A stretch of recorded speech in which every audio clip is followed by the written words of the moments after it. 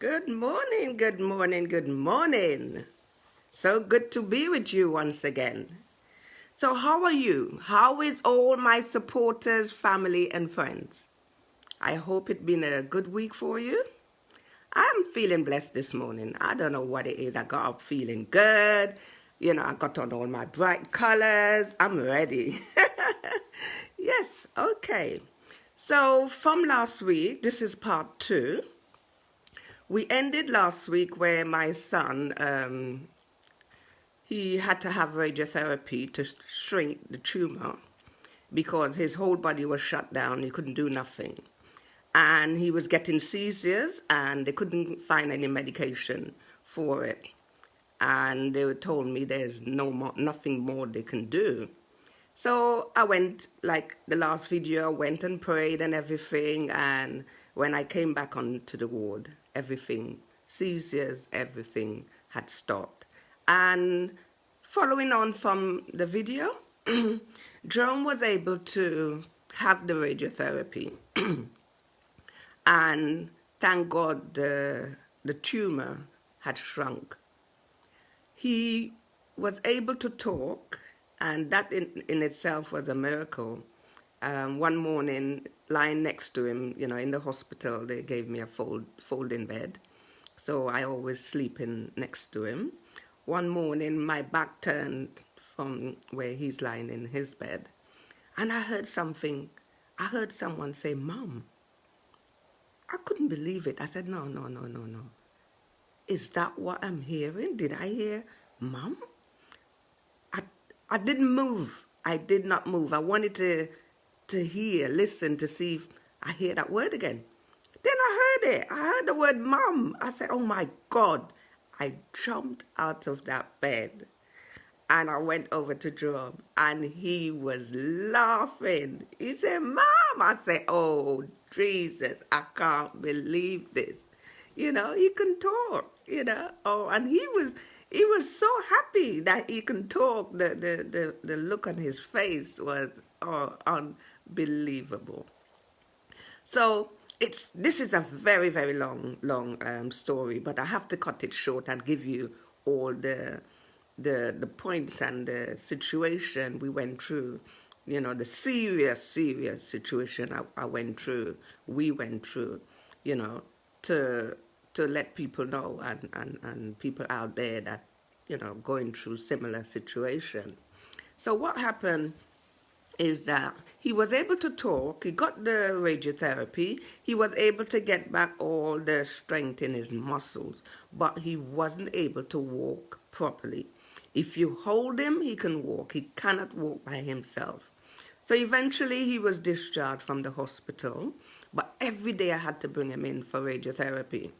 That's lasted for about 6 weeks or more. Every day, ambulance had to come and pick us up. And the tumor shrunk.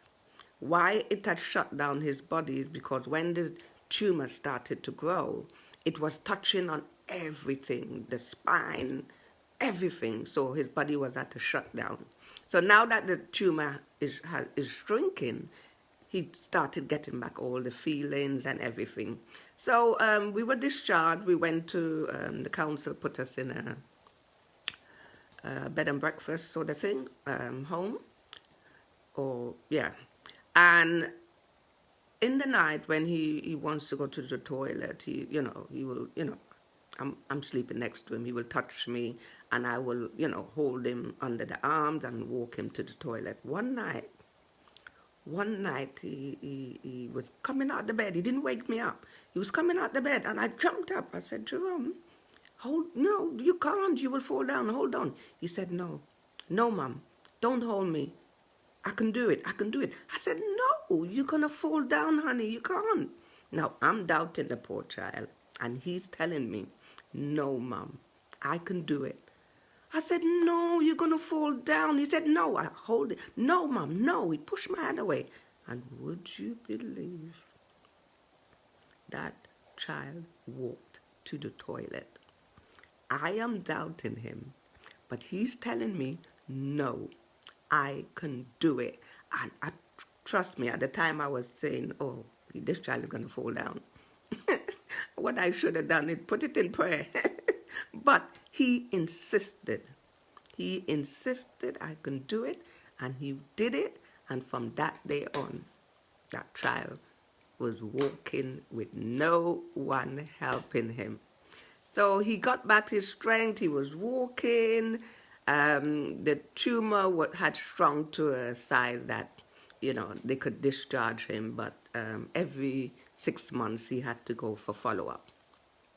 Eventually, Jerome was able to go back to school, but he was statemented where he had to have someone, because he's walking, but he's not walking as strong, and they can't afford for him to fall and hit his head in any way, shape, or form. So he had someone in the playground with him, he had someone in the classroom, and any test or anything, he had someone there with him at all times. The greatest thing is, when I was in the hospital doing those 100 work, the words, the phonics and everything, he knew everything. He didn't forget anything. He can read, but slowly. But he can read. I didn't have to go through anything like that. So I was very pleased with that. So yes, so he went to primary school, then he went to secondary school. It was so good to see Jerome walking and everything else. He always had a slightly weak side on his right side. He always had a slightly weak. That side was always a bit weak, but he can walk. The speech, everything came back perfect.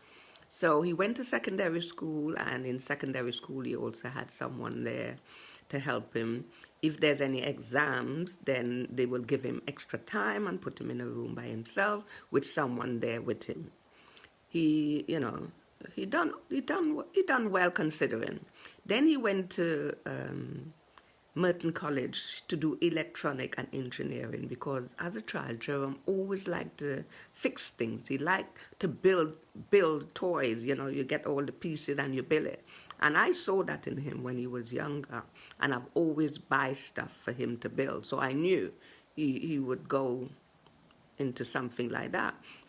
And he was doing so well at college, so well. Even the teacher said to me, "It's amazing to see your son, how he's so dedicated." He said he have all these things going on, and everything else, and you have able bodies in the class, don't want to do nothing, messing around, and there's your son, all the things he's been through and everything else. He's so keen, dedicated, and committed, And then what happened? He was about to get an apprenticeship, and then I noticed that you're talking about 10 years now. He's 17 now. Or he's going out with his friend to parties and, socializing. Oh, it was a joy to see him doing that. Coming back home late, late at night, It was such a joy to see him enjoying all of this. And then I started seeing signs. I'm a mother. I watch that boy like a hawk, So I can spot any little difference. So then he started sleeping round the clock, and he started having headaches again. And I know those signs, what that mean. He's sleeping, drowsy, headaches. So I, had a very good relationship with his consultant. And I called his consultant. I said, "Look, something is going on here. Jerome is sleeping again. He's having headaches and stuff." He said, "Okay, Juliet, bring him in." And cut a long story short, I brought him in, and they did a scan, and they discovered after 10 years the tumor has started to grow again. That was not something, I wanted to hear. It was a bit, it was very sad to see that Jerome is now enjoying his teenage life, and now this is happening to him. So then the consultant sat down with Jerome, and he went through everything with him, what's happening. Because, when he was 7, he remembered some of it, but he didn't, funny enough, he didn't remember all of what was going on. And now the consultant is sitting with him and telling him exactly what's going to happen and everything else. And I remember when I came home after the consultant spoke to Jerome. He was, it was hard for a young man, for what young man being told now that your tumor has started to grow and it's going to affect you in a big, big way. He said to me, I'll never, never, never forget what he said to me. He said to me, Mom, why did this have to happen to me now? Why now? And, he was down for a couple of days.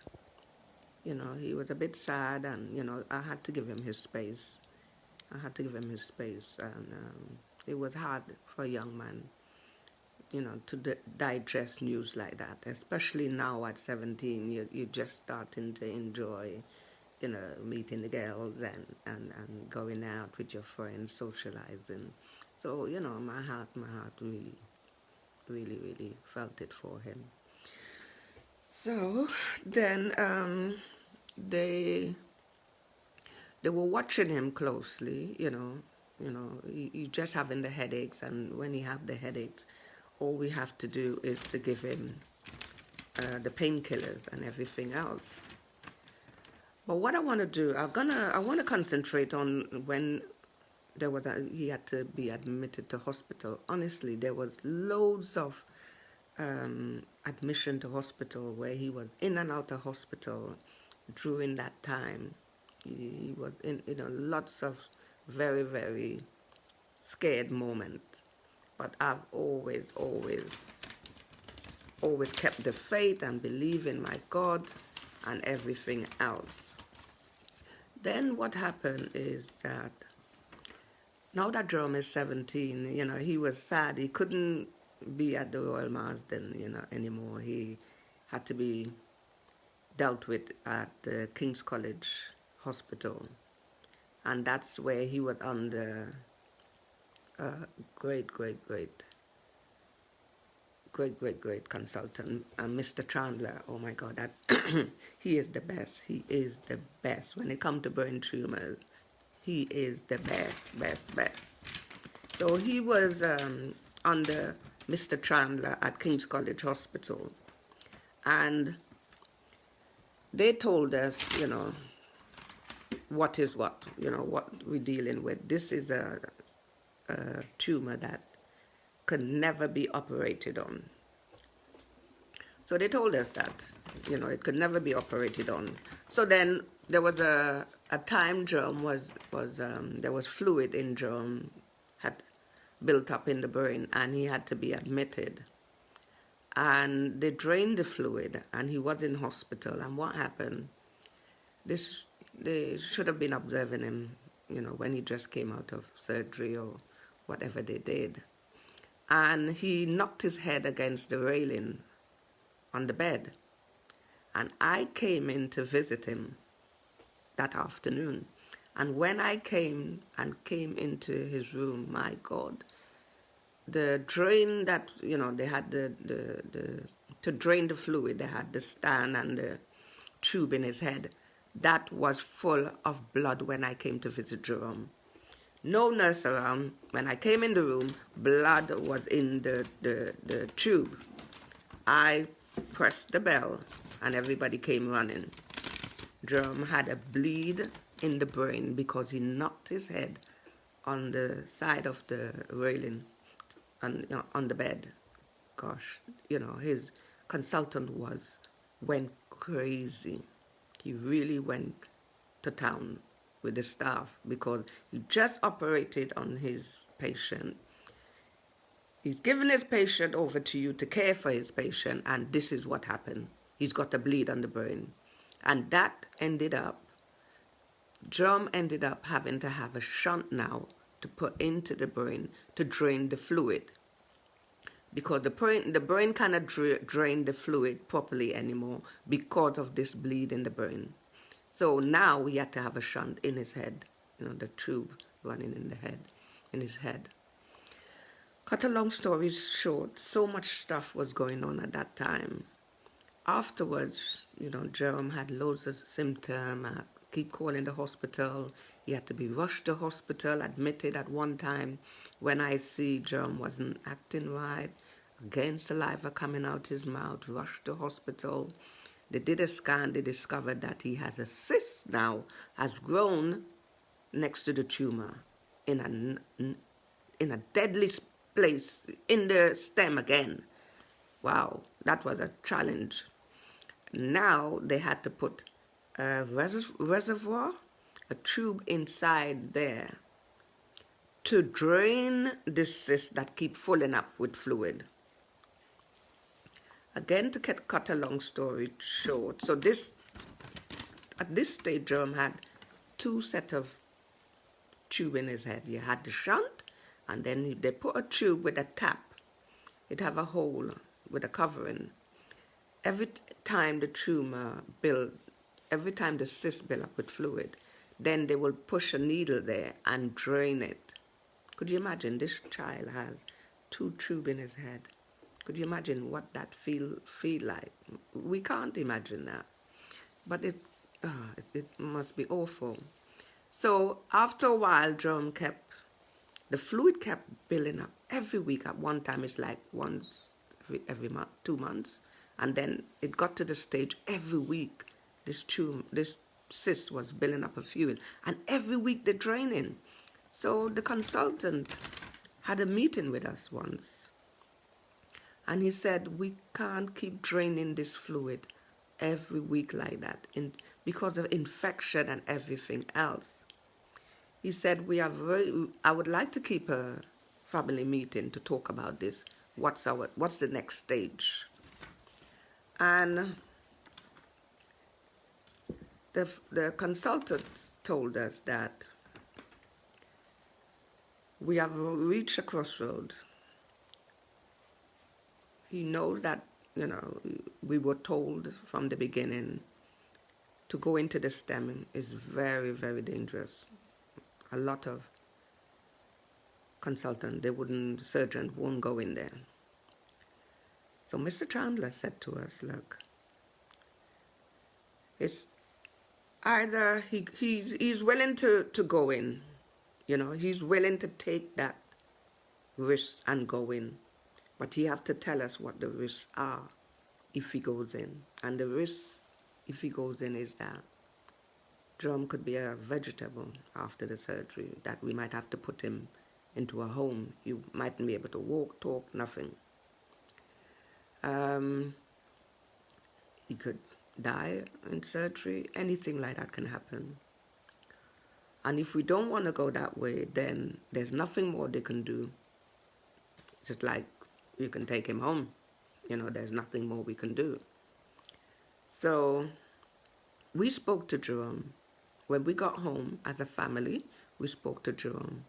We didn't want them. Jerome has, he had, I can't go through everything. Jerome had so much surgery. Cut. And we really didn't want them to go in there anymore. So we said to Jerome, we think that, hold off for 6 months, whatever. We wait for a while. We don't really want him to go through surgery. And we explained to Jerome exactly what the surgeon said. Jerome was there when the surgeon said everything, but he mightn't understand it. So we're going through, with him exactly what it means. And we said to him, we'll pray about it and we should hold off with the surgery for a bit and see what happened. Jerome said, okay. But next morning, Jerome called me. He said, Mom, I want to do the surgery. I was shocked. I said, really? I said, what made you change your mind? He said, Mom, my head not feeling good. It's not feeling good, Mom. I want them to do the surgery. I said, oh, when he said that, what could I say? he alone knows what he's going through. So I called the surgeon, and you know, they made all the arrangements and everything else, and whew, he had the surgery. You know, we were very anxious. What's gonna happen, what sort of shape he's gonna be in. He had the surgery, and he came out of the surgery after, I think, oh my God, he was in recovery while we were in the waiting room. They said everything went well. The surgeon came and spoke to us, and he said, sometime when they go in, you know, they're not able to take out the whole tumor. There's always something left behind. But he said with Jerome, when he went in, there it was. He said he just scooped it out. Everything, nothing was left in his head. No little bits, nothing. He got it all out. But we don't know what kind of position he's going to be in. So from recovery, done well. Now, they have to have that drain to drain the fluid because, you know, drum don't have the shunting in. They took it out, everything. So they had the stand with the tube running in his head for the fluid to drain. But when you transfer in a patient, you can't have it on with all that shaking up. You have to switch it off. And when they get to the ward, then you switch that fluid back on. So they got him to the ward and everything, and we got to see him. And when we got there, his eyes was open, and then all of a sudden, nothing. You know, we're talking to him, nothing. We called the nurse. We said, look, Jerome, all of a sudden, Jerome, nothing is happening to him. You know, they shake him, you know, they squeeze the shoulder, you know, hard so they could feel some pain to wake up. Nothing. Jerome was still. Nothing the nurse could get out of him. Then they pressed the I think the emergency button. The matron came in now. She's checking what's going on here. Checking. Then next minute she looked up. When she looked up, they forgot to turn on the drain. They forgot to turn it. Now you're talking about, I think it's 8 hours of surgery to take a tumor out from the stem, a dangerous area. They should have turned that fluid back on, turn it on. Everybody forgot. So that from that time of transfer from recovery to critical care unit, that drain was closed off, meaning to say the amount of fluid that was building up in Jerome's head, oh my God. It was panic. When the matron looked up and she said, oh my God, the drain hasn't been turned on, and everybody came running. Everybody came running. They asked us to wait in the waiting room. Now, all of us was, you know, shocked, angry, everything. And they had to wheel him straight back into surgery. You could imagine his surgeon that just operated on him, and this happened. You know, I won't even go into, you know, what happened there or what, but we were so angry, so angry. The matron came and talked to us, and we were saying, well, how could this happen? How could this happen? You know, the drain is in his head. The stand is there. How could that happen that no one turned it on? So, cut a long story short, Jerome was in that hospital. He picked up an infection, and his body was shut down for months.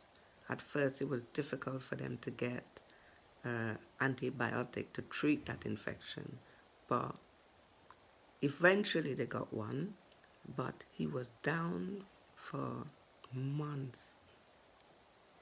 He couldn't do nothing. That was really a really traumatic time for us. Very, very traumatic time.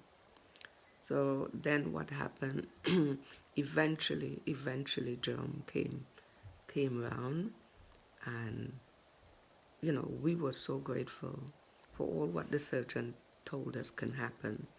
Jerome saw us and he recognized us and he knew who we were, which we were so grateful for.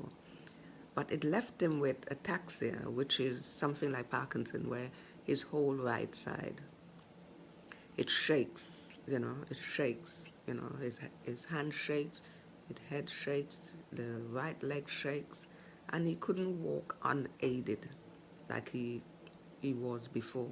He couldn't walk unaided. Um, and this shakes, that he was left with. And that's all because of the amount of surgery, infection, everything. So he was in hospital for a very long time. But after he recovered from that, now they will have to put back in the shunt. They had to put back in the shunt, and he had a surgery when he was stronger and everything else.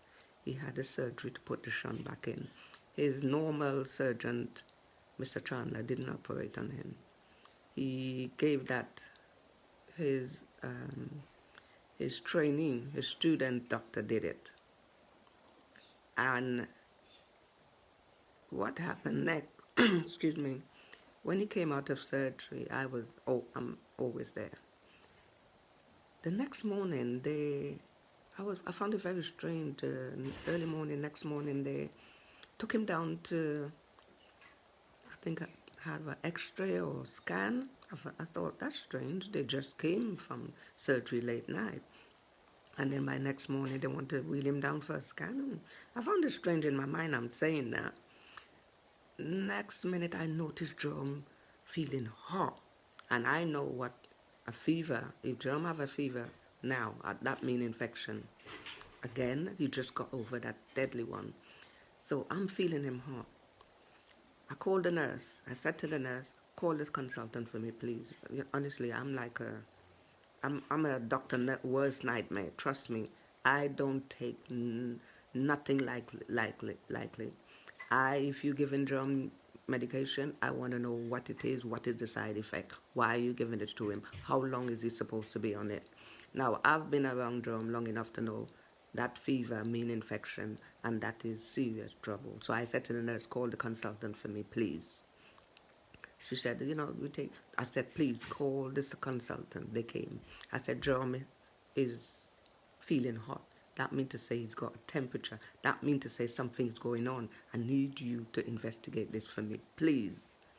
The doctor said, okay.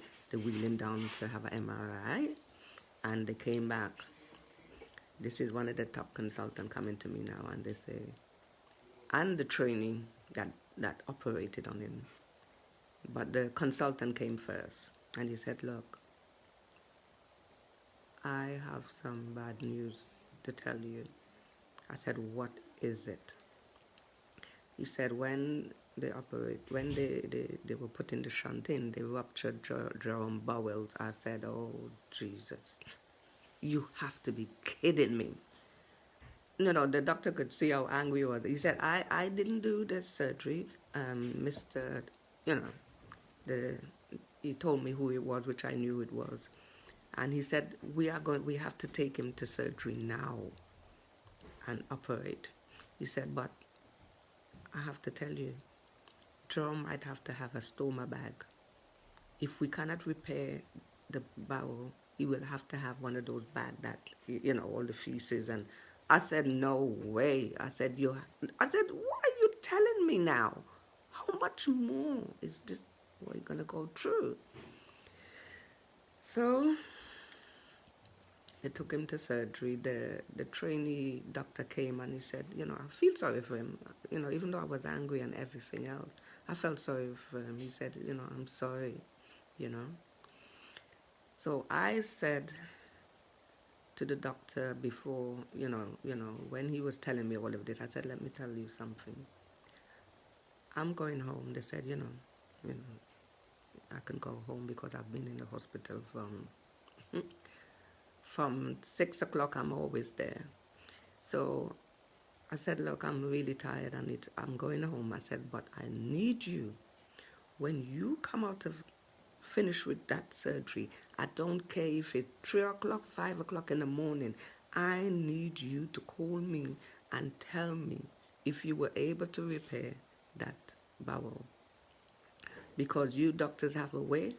I say, please call me. No one called me. But I'm telling you now, I need you personally to call me. I will be waiting up for your call. I went home. I went home and I went on my knees once more to my God. No one else can help me. No doctors can help me now. It's all about God now.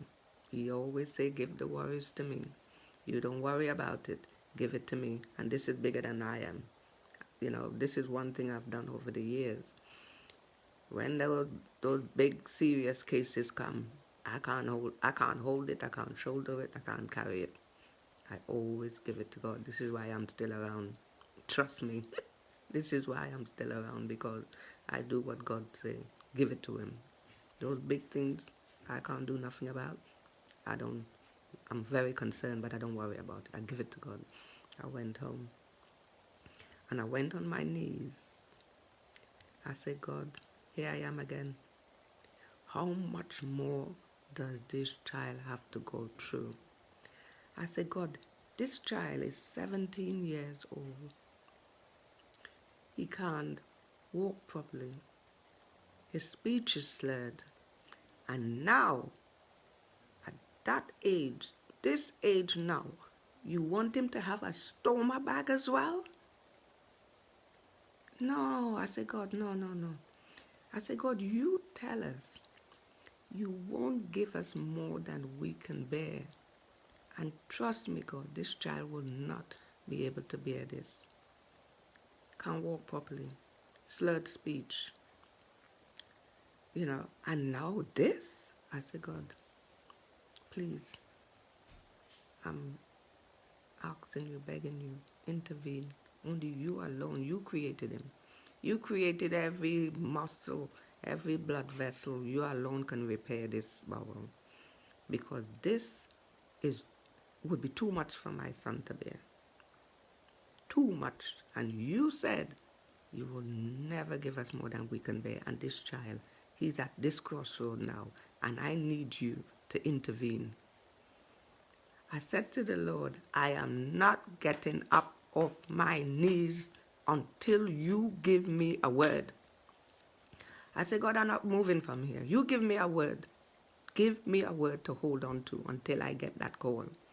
I sit there, quiet, close my eyes, quiet, waiting for my God word of reassurance. I wait quietly to hear his voice. And I got the word in my head. Take courage and believe.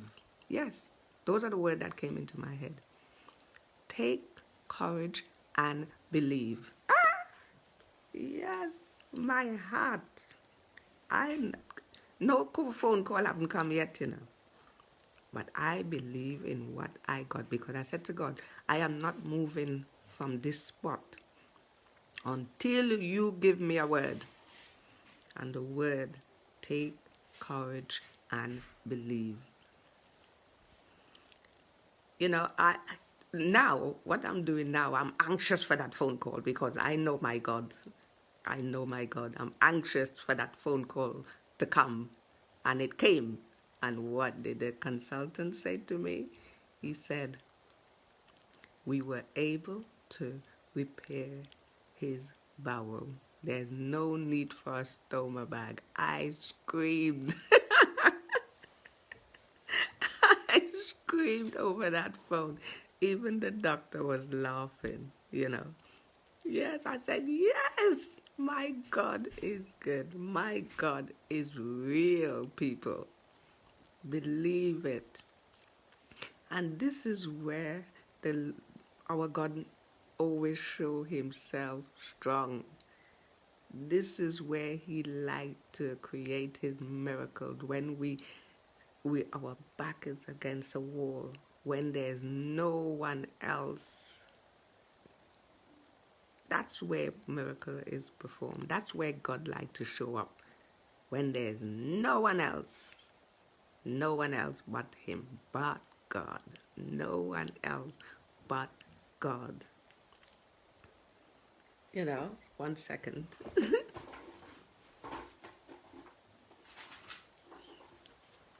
So, you know, those words, I've always kept those words, you know, in my heart, that my God said, take courage and believe.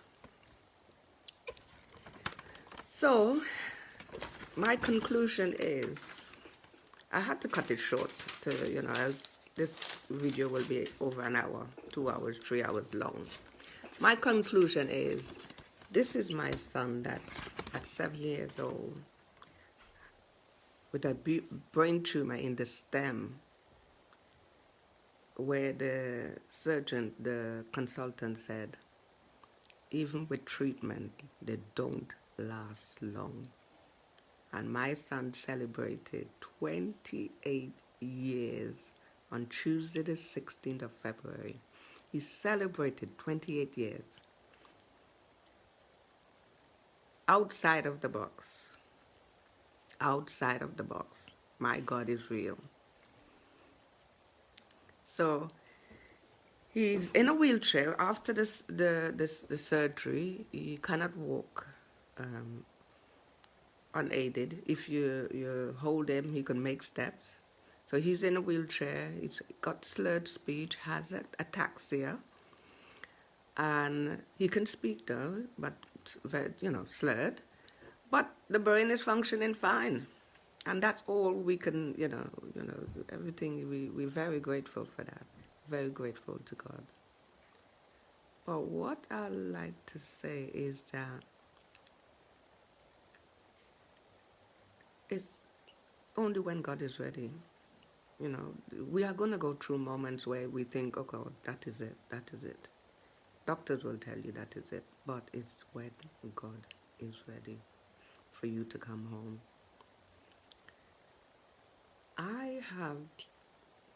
When you have a child like that, when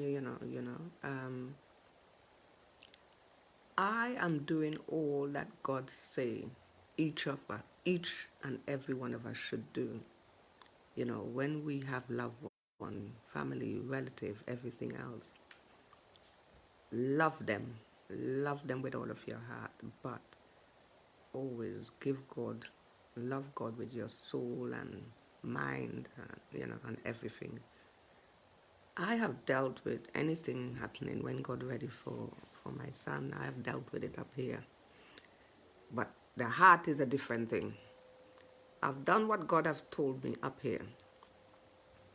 To me, this is, yes, I birthed him, but this is God's creation. That we have our loved one for a certain time until God is ready. So I know that. I've dealt with it up here, that one day, all of us, it doesn't matter who, all of us is going to go.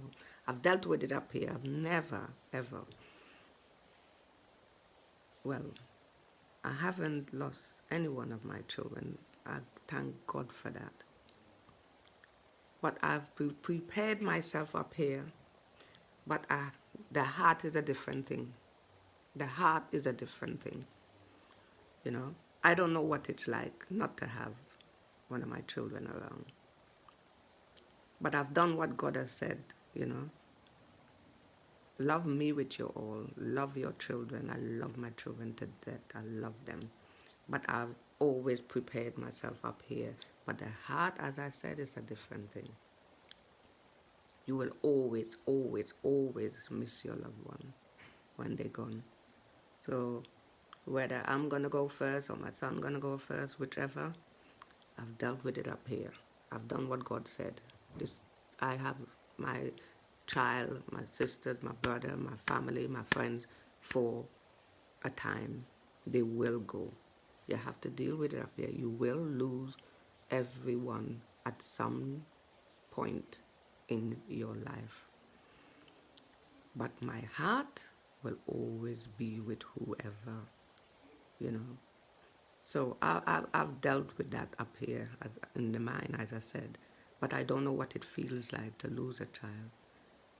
But hopefully, doing what God tell me to do, that I'll be able to cope. Whether managing it'll be hard because you're missing a part of you. The heart is a totally different thing. You're missing a part of you, and that will always be there in the heart. But in the mind, I'm hoping that I've dealt with certain things in my mind that I wouldn't have to go through as much as, if you understand what I mean. And this is how, some of us, we have to get a grip on,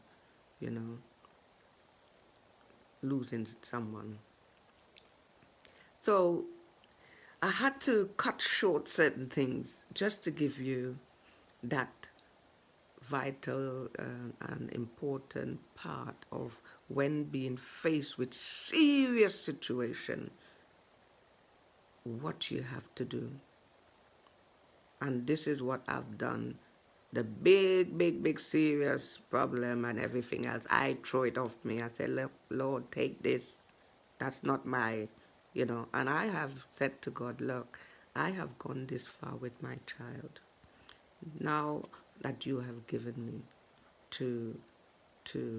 for protection, now at this stage where all these things are going on, I give him to you. He's in your care now. The worries is not mine, it's yours. So the worries, I give it over. The concern I have at all times when you're going through things, very concerned, but the worries, I give it to God. So I hope this will help some people that is going through what I've been through. And now, I'd like you to like, share, and comment. Oh, God bless you. It's always a joy to sit and speak to you. I always feel at peace when I do this. So sometimes when you're doing the will of God, you will know, you feel that peace and that calmness. So God bless you all, and thank you for your support. Have a blessed weekend. Bye.